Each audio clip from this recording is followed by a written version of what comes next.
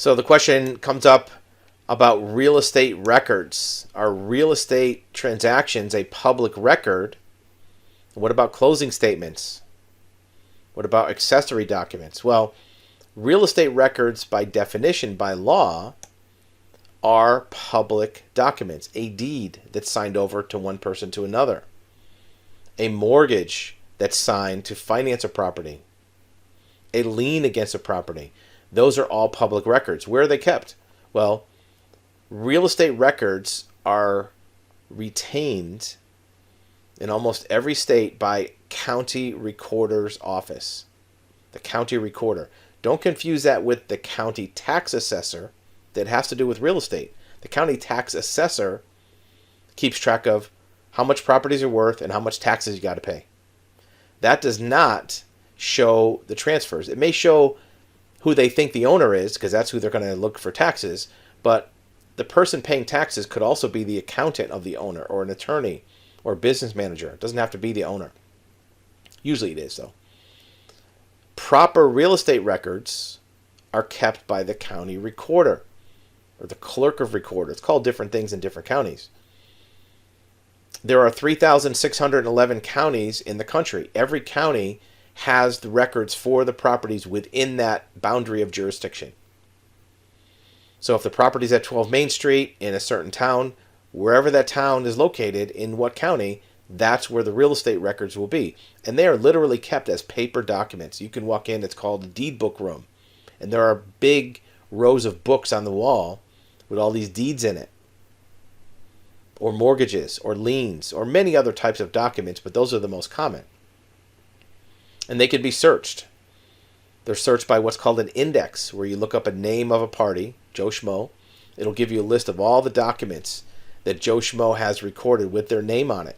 And then you can look up the book and page, because that's what it'll tell you. Joe Schmo, mortgage, this date, book and page number. And you literally pull that book off the shelf, flip to page 21, there's the document with Joe Schmo.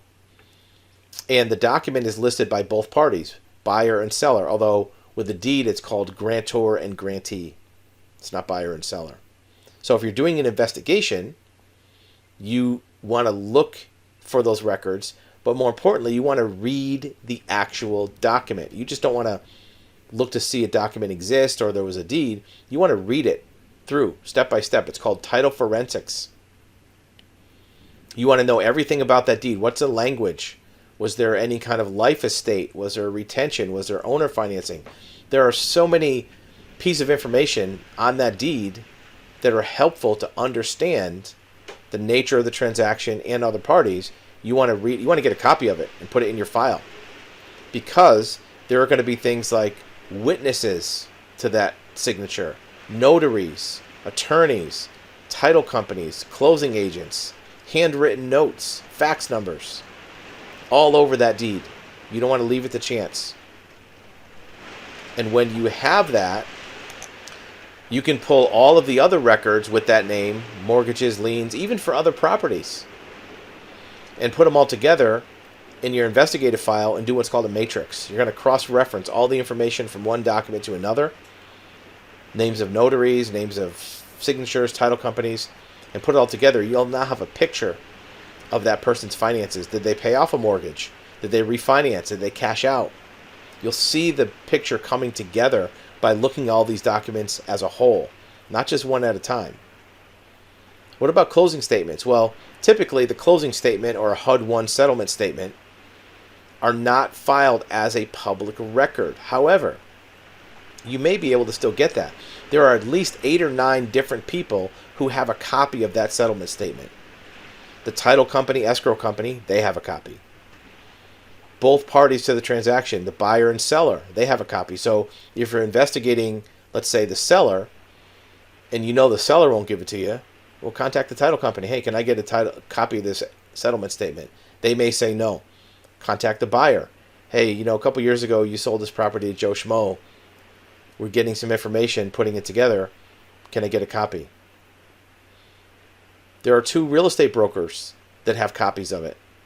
The seller's agent and the buyer's agent. They may be able to give you a copy. Insurance companies have copies of that settlement statement. The utilities have copies of the settlement statement. There may be other parties to the transaction, like the lender who had the loan before the property was purchased that got paid off. They had a lien release. They have a copy of that settlement statement. The reason why it's important to look at all those options is that settlement statement is like gold. It has so much financial information, bank account numbers, wire transfers, other parties, who got paid out of the settlement, who put money into the settlement, who signed the settlement, copy of the real estate contract. There are just so many pieces of information from that settlement statement that even though it's not available in the first level of searching for real estate records, getting it would be to your benefit. It might take a little bit of persistence to find one of those 8 parties to give you a copy, and there's reasons why they might want to do that. It might be financial incentive that you offer them. It might be doing business with them on another property. It might be many things. But getting that settlement statement is crucially important to a proper investigation.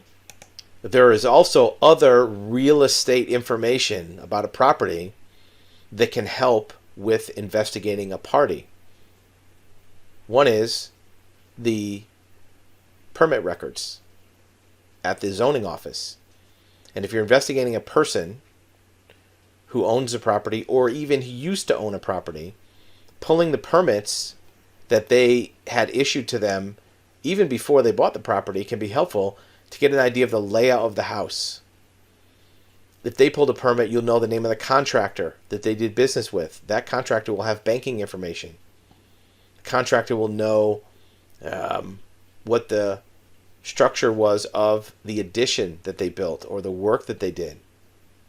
It'll give you blueprints, floor plans, signatures. Many things will be on that permit, and it will give you an idea of if the addition was financed. Look, if you're wondering about a person's financing and you found out they just did an $80,000 addition on their house 3 months ago and they paid cash, there was no lender, that tells you something. They had at least $80,000 liquid cash in that moment. So those permits can be very, very valuable. And it gives you another party that you can contact to get records. Maybe that contractor took photos of the work as they were progressing, because a good contractor is going to keep track of the work as it goes to make sure that when there's inspections done, they can show the inspector, look, this is the gauge wire we used, or this is the routing of the plumbing, or we put the proper size stud lumber in the walls. They'll have photos, and they might be able to share them with you, and there might be other information in those photos that can help your investigation. Other real estate information has to do with HOAs.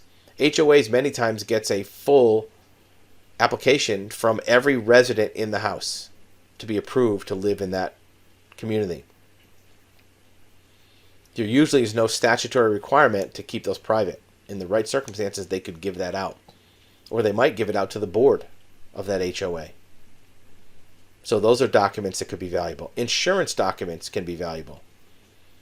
There's things called a clue report, which is a history of all claims that have been filed at that residence by any owner. So if you can get a clue report to find out that a person reported jewelry missing or damage or water intrusion, that might give you some valuable information about the person, the people living in the house, the structure of the house, their insurance company, where they might have coverages if you need to notify insurance companies. So don't overlook real estate records. Searching real estate deeds and liens and mortgages can be incredibly valuable to any investigation, and even for pre-litigation research on a potential subject. Put your comments below and your questions. Let us know what other information we can provide about investigative research.